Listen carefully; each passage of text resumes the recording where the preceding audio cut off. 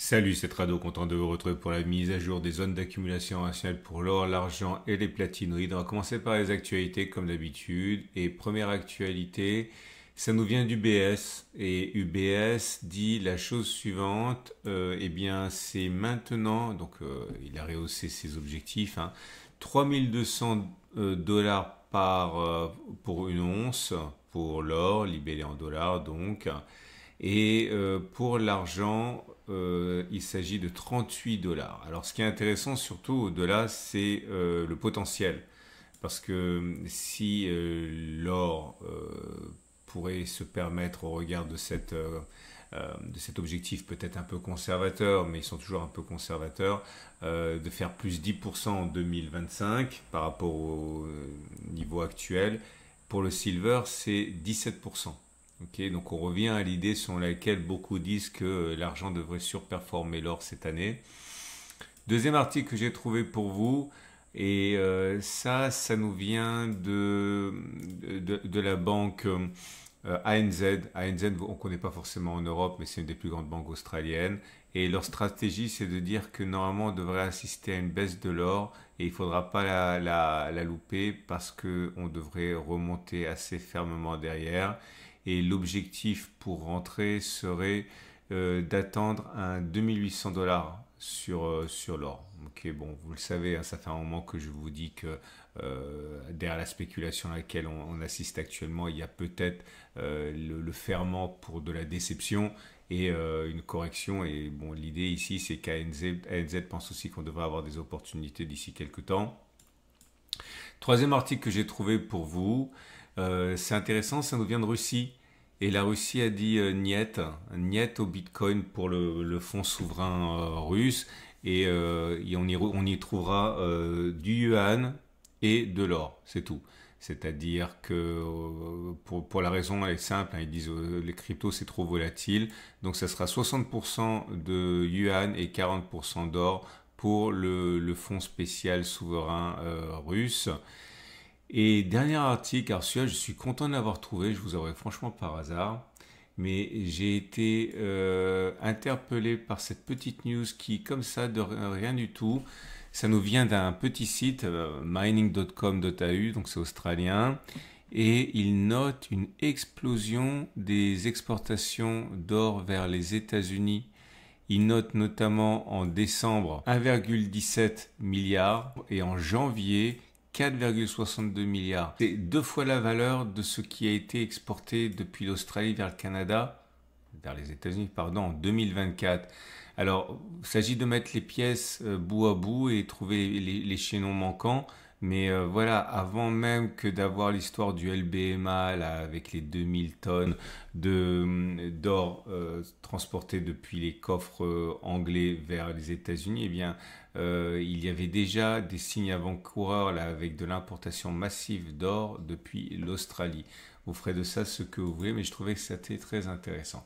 Voilà, on va passer aux zones d'accumulation rationnelle à présent. Je vous rappelle comme d'habitude que mes deux partenaires sont Veracash et Au Coffre. Alors, ce qui est intéressant, je vais vous parler de Veracash aujourd'hui, c'est que vous pouvez accéder au marché de l'or à moindre coût, en ce sens que vous n'avez pas besoin d'acheter de l'or dans ce dont je vais vous parler. Il suffit de transférer directement vos bijoux que vous n'utilisez pas en or, par exemple, ou les bijoux cassés même, et ça va être mis sur une Mastercard, une Mastercard, tout ce qu'il y a de plus normal, sans frais, et vous allez ensuite pouvoir dépenser cet argent. Et l'unité de cette Mastercard, la Veracash, eh bien, ça varie en fonction du cours de l'or. C'est-à-dire que si vous avez transféré de l'or en débris, par exemple, et que le cours de l'or derrière, il monte, eh bien, vos avoirs sur la carte eh bien, vont monter aussi. C'est-à-dire que ça va évoluer au rythme de l'or. Donc, si vous pensez que l'or devrait monter la prochaine année, eh bien, vous pouvez transférer de l'or que vous avez déjà et voir éventuellement la valeur de ce dont vous disposez sur cette Mastercard augmenter et donc pouvoir dépenser plus au même rythme que le cours de l'or monte. Bref, c'est pas mal du tout, hein. C'est complètement novateur. Il y a 3 tonnes et 31 tonnes actuellement, hein, sur ce produit. Donc, vous serez vraiment loin d'être les seuls à utiliser les services de Veracache. C'est vraiment quelque chose que j'aime beaucoup. J'ai une Veracache moi-même. Et vous avez toutes les informations pour en savoir davantage sur le site. Et vous avez également un point fort ici, c'est l'histoire de la débancarisation.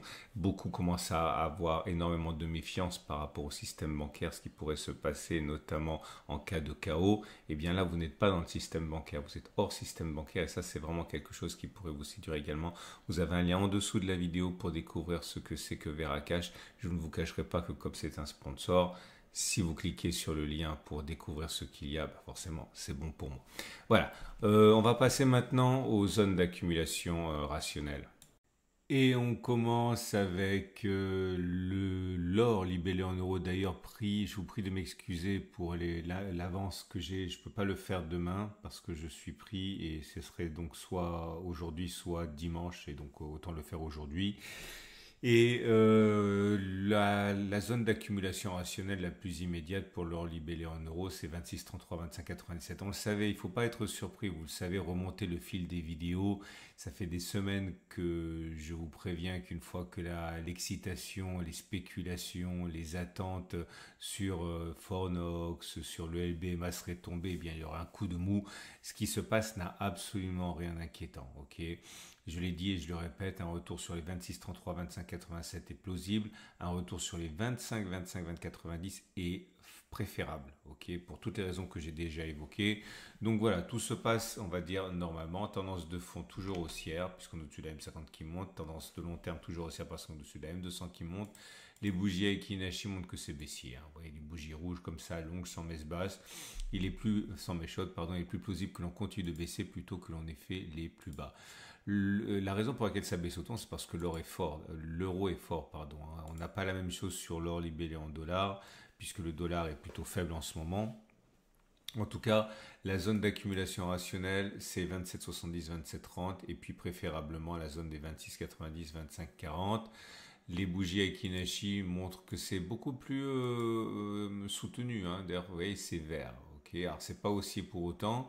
Pour que ce soit haussier, vraiment, il faut des bougies vertes, longues, sans mèche basse. C'est pas ça. Pour l'instant, c'est plutôt indécis, mais haussier davantage que baissier. On passe à l'argent. L'argent libellé en euros pour débuter. Je vais y arriver. Alors, c'est pas bon. On peut pas dire que ce soit bon parce que c'est toujours la même chose, hein, par mimétisme avec l'or.